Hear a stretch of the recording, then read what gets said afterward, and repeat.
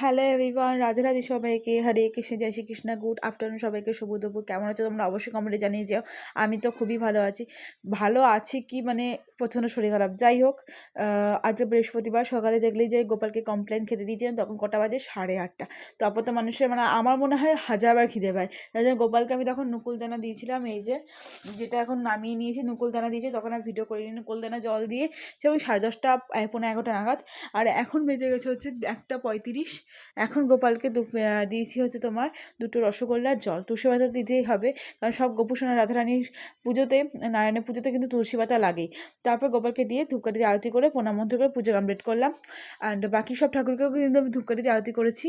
And এই যে দেখতে পাচ্ছি বাসনগুলো উগুর করা, এবার এগুলো তুলবো, জামাগুলো তুলবো, সব কিছু গোপালের প্রসাদটা খাবো। সেকেন্ড টাইমে সকালে কমপ্লেনটা আমি খেয়ে নিয়েছি, এখন এটা খাবো।